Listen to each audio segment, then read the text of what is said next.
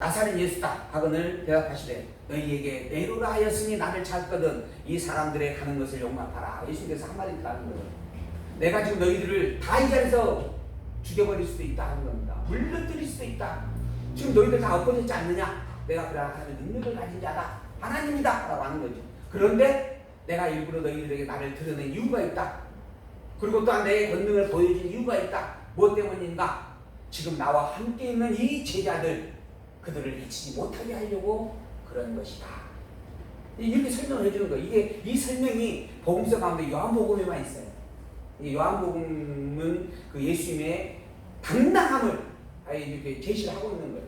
다른 복음서는 순차적으로 쓰거나 또는 그 상황의 긴박성을 가지고 제자들 중심으로 쓰였다고 한다면 이 요한복음은 오직 예수님 하나님의 능력을 가지고 예수님 중심으로 쓰여지는 거예요. 당신의 능력을 다 드러내는 거예요. 그러면서도 당신이 왜 끌려갔는가? 힘없고 능력 없어서 끌려간 게 아니에요. 당신이 그리스도의 직임을 다 함으로 말미암아 그것이 하나님의 영광을 드러내는 일이었기 때문에 더불어 그러면서 자기에게 나온 제자들 한 명도 상치 않게 하신다라고 이 말씀, 기도로 예고하면서 말씀하셨잖아요. 그 제자들을 아무도 손대지 못하도록 미리 엄벌을 주는 겁니다. 경고하는 거예요. 나를 찾거든 이 사람들이 가는 것을 용납하라. 이는 하나님께서 내게 주신 자 중에서 하나도 잃지 아니하였사나이다 하신 말씀을 이루기 위해서 그런 것이다.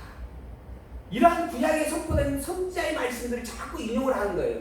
그리고 그걸 내가 이루기 위해서 지금 이렇게 행하고 있는 것이다라고 구체적으로 설명을 해주는 거죠. 요한복음에서. 왜 그러는가? 당신이 구약의 언약대로 온 그리스도임을 확인해 주는 겁니다. 그리고 당신이 말하고 있는 그 모든 것들이 구약에 예언된 말씀과 일치되고 있음을 증거해 주는 겁니다. 그러니 내가 하는 말이 진리다라고 하는 거예요. 당신이 하는 예수 그리스도인 예수께서 하시는 말씀과 다른 말을 하는 자들은 그 말이 거짓이다. 아무리 그들이 하나님의 이름으로 그들의 신앙으로 행하는 일들이다 할지라도 그게 다 거짓된 것이다라고 말하고 있는 거예요. 그래서 제가 아까 말씀드린 것처럼 참된 신앙을 구별할 수 있는 유일한 방법 성경밖에 없다. 더불어 다 성경이라고 이야기한다면 어떻게 할 것이냐? 구약과 신약의 통일성으로 입증하면 된다. 즉 구약과 신약의 통일성으로 입증되어지지 아니한다면 그 말은 우리가 주의 있게 살펴야 된다. 왜? 거짓일 가능성이 있으니까. 얼마 전에 저희 가족의 결혼식이 있어서 제가 갔다 왔는데 그곳에서 이제 사촌 누님을 만났어요. 누님이 제가 이야기 드렸나 봐. 전번에 누님이 이제 이야기하면서 자기가 이제 신앙생활을 한 지가 얼마 안 됐는데 성경을 읽다 보니까 목사님 말씀만 듣고 사는 게 아니고 성경을 자기가 이제 어차피 교회 나가면 당연히 성경을 봐야 된다 생각이 들어서 성경을 읽고 있는데 읽다 보니까 목사님 말씀과 다른 내용들이 있더라 하는 거예요. 그래서 이거 다르네? 근데 구체적으로 왜 다른지에 대해서 잘 모르겠고 어쨌든 다르다라고 하는 것이 눈에 보이더라 하는 거죠. 더불어서 읽다 보니까는 어느 한 구절 내 삶에 피가 되고 살이 되는 구절이 있더라 하는 거예요. 제가 감히 뭐라고 그 자리에서 말하기가 어렵고 그래서 제가 우리 사경에 했던 내용을 그대로 다 캡처해가지고 보냈어요. 강의 네 파트 한번 들어보십시오 하고 그랬더니 어제 문자가 왔어요. 내가 대충 들었는데 내가 더 자세히 들어보겠다. 보내줘서 고맙다. 소망이죠. 이제 혹시나 말씀으로 깨달아서 정말 성경을 보는 시각이 다르게 정립되어졌으면 하는 그런 바람이 있습니다. 어쨌든 그렇게 통일된 논리로서 입증되어져야 그게 진정한 참 진리라고 우리가 말할 수 있게 되어진다라고 하는 거죠. 어쨌든 예수님께서 그렇게 당신의 하나님의 능력을 드러내셨는데 여기에 베드로가 칼을 들고 나타났습니다. 그 검을 가지고 이것을 빼어서 대제사장의 종 말고의 귀를 쳐가지고 오른쪽 귀를 베버렸어요. 그의 종의 이름은 말고였죠. 예수께서 베드로더러 이르시되 검을 집에 꽂으라. 아버지께서 주신 잔을 내가 마시지 아니하겠느냐. 아버지께서 주신 잔이다. 당연히 순종하면 마땅하다. 그거 내가 당연히 마셔야 될 일이다. 이거는 아버지께서 내게 주신 일이다. 그리스도의 사역은 내가 마땅히 감당할 일이다 라고 하면서 제자들을 다독거렸다. 이에 군대와 천부장들과 유대인들의 하속들이 예수를 잡아 결박을 해갔습니다. 그 안나스에게 끌고 가고 이 안나스는 전직 제사장입니다. 그리고 지금 당대의 제사장은 대제사장 가야바예요. 가야바. 이 가야바는 안나스의 사위였다 이렇게 기록을 합니다. 그러니까는 원래 대제사장직은 영구직입니다. 항준직이에요. 그래가지고 한번 임명이 되어지면 그러면 기름을 부어서 세워지고 그리고 난 다음에는 죽고 난 다음에 새 제사장이 임명이 되어집니다. 근데 당시 로마의 통치를 받고 있는 상황에서 로마의 총독이 인위적으로 임명을 해요. 이렇게 임명을 하고 나서 또 마음이 뒤틀리면 그를 파면시키고 새로 또 임명을 하고. 그래서 이제 대제사장을 한 사람들이 여럿이 있는 거예요. 근데 유대인들에게 있어서는 한 번 임명되면 영원한 직임으로 인식을 하고 있기 때문에 그들을 항상 대제사장으로 인정을 해주었어요. 그래서 신약성경에 들어와서 보면은 대제사장이라고 말하지 아니하고 대제사장들이다라고 표현되어 있는 내용들이 있습니다. 이게 복수로 표현되는 거예요. 그게 현직과 전직으로 이렇게 이해를 하시면 됩니다.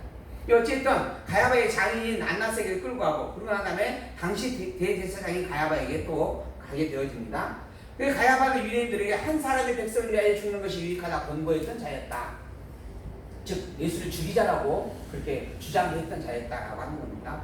시몬 베드로와 또 다른 제자 하나가 예수를 따르게 되어집니다. 붙잡혀가고 있는 예수를 따라갑니다. 이 제자는 베드로 말고 다른 제자예요. 이 제자는 대제사장과 아는 사이였어요. 그래서 이제 대제사장에게 가는 그 길을 쫓아가고 대제사장의 뜰도 자유롭게 방해할 수 있었다라고 하는 겁니다. 그래서 대제사장의 뜰에 들어가고 베드로는 못 들어갔어요. 문 밖에 서 있었습니다. 그러자 그 제사장 대제사장 아는 자가 다른 제자가 다가와가지고 문을 지키는 여자에게 이 베드로를 들여보내주라라고 요청을 해가지고 베드로도 그 대제사장의 뜰 안으로 들어갈 수 있게 되어졌다. 이 내용도 요한복음에만 있어요. 다른 복음서에는 없습니다. 이 요한복음에서는 조금 자세하게 이 사건을 기록을 해주고 있는 거죠. 어쨌든 그런 상황에서 문을 지키는 여자에게 말하여 베드로가 들어갔고 문 지키는 여종이 베드로에게 말합니다. 너도 이 사람의 제자 중 하나가 아니냐? 그가 말하되 나는 아니다. 베드로가 부인을 했어요. 그때가 추운 고로 종과 하석들이 숯불을 피우고 서서 불을 쬐고 있었고 베드로도 함께 불을 쬐습니다. 대제사장에게 끌려간 예수는 어떻게 하고 있는가? 대제사장이 예수에게 묻습니다. 예수에게 그의 제자들과 그의 교훈에 대하여 물으니 예수께서 대답하시되 내가 드러내놓고 세상에 다 말하였다. 모든 유대인들의 모이는 회당과 성경에서 항상 가르쳤고 은밀히 아무것도 말한 것이 없다. 어찌하여 내게 다시 묻느냐? 내가 무슨 말을 하였는지 들은 자들에게 가서 물어봐라. 나 입 아프다. 한마디로 그런 거예요. 너희가 이미 내가 한 모든 말 다 알고 있지 않느냐? 몰라서 묻는 게 아니었다는 거지. 알면서도 비아냥거리기 위해서 묻고 있는 일이었다라고 하는 겁니다.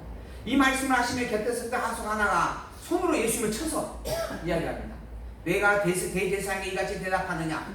예수께서 대답하시되 내가 말을 잘못하였으면 그 잘못한 것을 증거하라. 내가 맞을 일이 아닌데 난 당신한테 지금 맞을 것이 아닌데 왜 날 때리느냐 한마디 하시는 거예요. 내가 잘못했다라고 한다면 그래서 맞았다라고 한다면 그 잘못한 것이 뭔지 이야기해 보아라. 잘하였으면 내가 어째 나를 치느냐. 내가 잘하였다고 한다는 건 나를 칠 수 있는 것이 아니다 하는 거죠. 안나스가 예수를 결박한 그대로 대제사장 가야바에게 보내줬습니다. 시몬 베드로가 두 번 부인하는 이야기가 나옵니다.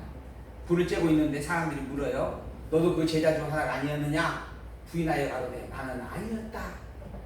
대제사장 중에 종 하나는 베드로에게 귀를 베어가지고 버리온 사람의 일가였어요. 즉 말고의 친척이 하나 있었어요. 그가 가로되 내가 그 사람과 함께 동상에 있던 것을 내가 보지 아니하였느냐?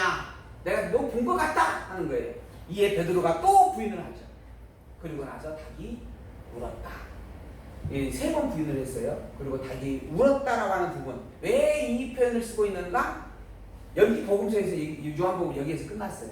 근데 다른 복음서에 참조해 보면 이걸로 말미암아 예수님께서 자기에게 한 말씀이 기억나고 생각나게 되어졌고 그로 말미암아 통곡하고 울었다라고 기록을 하고 있죠. 그래서 예수님께서도 이 이야기하는 아까 13장, 14장에서 내가 이 말을 미리 너에게 이야기해 주는 것은 이때가 너에게 이루어질 때 내가 하나님의 능력을 가진 하나님의 아들인 것을 기억나게 하고 나를 하나님의 아들로 믿는 그 신앙 안에서 기쁨과 평강을 얻게 하려고 그런 것이다 하는 거죠. 그래서 이렇게 자세하게 3번 부인했다라고 하는 것을 기록을 해줬다는 거죠. 그리고 유대인들이 가야바에게 가야바에서 빌라도에게 예수님을 끌고 갑니다. 그리고 고소하게 되어지는 내용이 있습니다. 31절 빌라도가 가로되 너희가 저를 데려다가 너희 법대로 재판하라 그랬어요. 그러자 유대인들이 가로되 우리에게는 사람을 죽이는 권이 없나이다. 우리는 사람을 죽일 권이 없다. 근데 사실 유대인에게도 이미 사람을 죽일 수 있는 권한을 가지고 있는 대제사장의 직분이 있었습니다. 대제사장은 안식일을 범한 자 돌로 쳐서 죽이라고 명하잖아요. 사람을 죽일 권한이 있었어요. 근데 예수님을 일부러 지금 빌라도 총독에게 데리고 간 겁니다. 자기들의 종교의 법으로 척결하지 못하고 데리고 간 거예요. 그래서 이제 빌라도가 이야기하는 거예요. 야, 너희들 너희의 법으로 와서 처결해라. 그랬더니 우리는 그런 권이 없습니다 하는 거예요. 무슨 말인가? 종교의 법으로 예수님을 다스리지 않았다라고 하는 거예요. 예수님을 종교의 법으로 접근하지 아니하고 정치적 법으로 접근을 했다라고 하는 거예요. 근데 정치적 법으로는 사람을 죽일 권한이 유대인들에게 없었습니다. 로마의 통치하에 있었던 때기 때문에 그런 거죠. 그래서 정치적 법으로 예수님을 지금 고소를 한 거예요. 왜 그랬는가? 예수님을 죄인 취급하기 위해서 그런 겁니다. 종교의 배반자가 아니라, 종교의 이탈자가 아니라, 이 예수님이 죄인이다라고 하는 거, 행악자라고 하는 것, 이걸 드러내기 위해서 일부러 정치적 선의로 그 일을 행하였다라고 하는 거예요. 그리고 그러한 로마의 법을 통해서 판결이 되어져야만 십자가에 매달려 죽게 되어집니다. 그러니까는 종교의 법으로는 돌로 쳐서 죽이는 거예요. 유대인들에게 있어서는. 예수님을 돌로 쳐서 죽일 수가 없는 거죠. 왜? 이미 십자가에 매달려 죽도록 하나님께 정해 놓으셨기 때문에. 그래서 종교의 법으로 처리할 수 있었음에도 불구하고 그들이 종교의 법을 포기하고 정치의 법으로 로마에 의탁하여 예수님을 고발하는 거예요. 이 하나하나가 이미 구약의 예언된 말씀을 이루는 일들인 것입니다. 이는 예수께서 자기가 어떠한 죽음으로 죽을 것을 가리켜 하신 말씀을 응하게 하려 합니다. 이렇게 요한복음으로 자세하게 그 해석까지 부원적으로 다 설명을 해주고 있는 그런 부분이 있죠. 이에 빌라도가 신문을 하고 난 다음에 죄가 없다라고 하는 것을 백성들에게 공포를 합니다. 너 유대인 왕이냐? 내가 유대인 왕이다 하는데 세상의 왕이 아니다. 그러니까 결국 또 종교 문제가 되는 거예요. 그래서 이건 정치적으로는 죄가 없다. 공포를 해줘버리는 겁니다. 빌라도가 하는데 내가 왕이 아니냐? 예수께서 대답하여 내 말과 같이 내가 왕이니라. 내가 이를 위하여 났으며 이를 위하여 세상에 왔지만은 이것은 진리에 대하여 관계된 말이다 라고 하는 겁니다. 세상의 왕으로 게 아니다.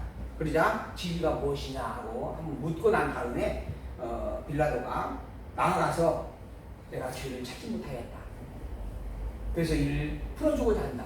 그런데 6월절에 절기가 있는데 죄인을 하나 놓아주는 절기가 있는데 과연 누굴 놓아주면 좋겠느냐? 바나바를 놓아주겠느냐? 아니면은 예수를 놓아주겠느냐라고 묻죠. 그러나 백성들이 바나바를 놓아달라고 이야기를 합니다. 결국 빌라도가 예수를 데려다 채찍질을 합니다. 그리고 군병들이 가시로 멸령안을 엮어서 그의 머리에 씌우고 자석옷을 입히고 그리고 비아냥거리는 그런 일들이 있습니다.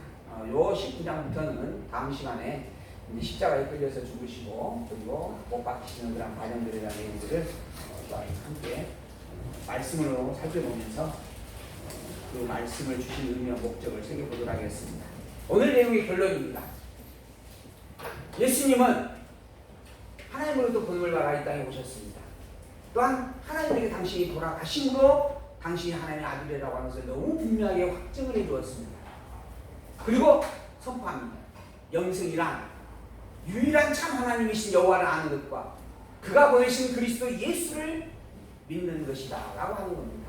이것만이 유일한 참 진리이고 이 진리를 믿고 고백하는 신앙만이 천국 백성이 합당한 신앙이다 라고 하는 것을 분명하게 증거해 주었습니다. 예수님은 그리스도이십니다. 예수님은 하나님의 아들이십니다. 예수님은 우리의 모든 죄를 대속하기에 충분한 참 대속주 그리스도이십니다. 또한 예수님만이 그리스도이십니다.